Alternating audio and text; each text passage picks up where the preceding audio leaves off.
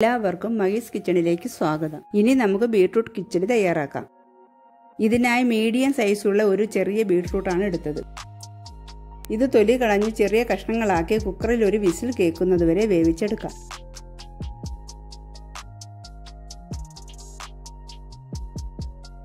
അര ടീസ്പൂൺ ഉപ്പ് കൂടി ചേർത്ത് വേണം വേവിക്കാൻ. കുക്കറിൽ വേവിച്ചതിന് ശേഷം ബീട്രൂട്ട് ചെറുതായി ഒന്ന് ഉടച്ചെടുക്കണം. അതിനുശേഷം ഇത് ചട്ടിയിലേക്ക് ഇടാം. ഇതിലേക്ക് 2 പച്ചമുളകും കറിവേപ്പിലയും ചേർത്ത് വേവിക്കാം. അപ്പോഴേക്കും കിച്ചടിക്ക് വേണ്ടുന്ന അരപ്പ് തയ്യാറാക്കാം. അതിനായി ഒരു പിടി തേങ്ങയിൽ 1 നുള്ളി ജീരകവും 1 പച്ചമുളകും കറിവേപ്പിലയും ചേർത്ത് അരച്ചെടുക്കാം. ഇപ്പോൾ ബീട്രൂട്ട് നന്നായി വെന്ത് വന്നിട്ടുണ്ട്. ഇനി ഇതിലേക്ക് അരപ്പ് ചേർക്കാം.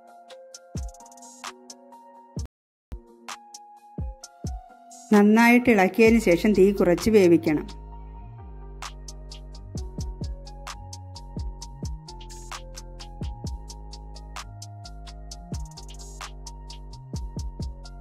തീ അണച്ചതിന് ശേഷം ഇതിലേക്ക് ആവശ്യത്തിന് തൈരൊഴിക്കാം.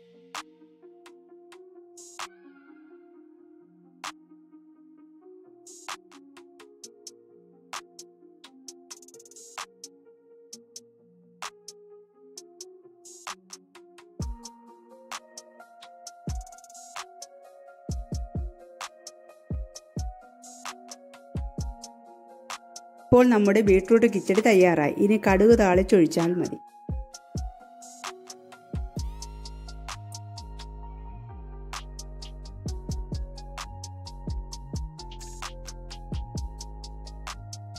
അങ്ങനെ നമ്മുടെ ഓണത്തിനുള്ള ബീട്രൂട്ട് കിച്ചടിയും തയ്യാറായി. ഈ വീഡിയോ ഇഷ്ടപ്പെട്ടെങ്കിൽ ലൈക്ക് ചെയ്യണേ.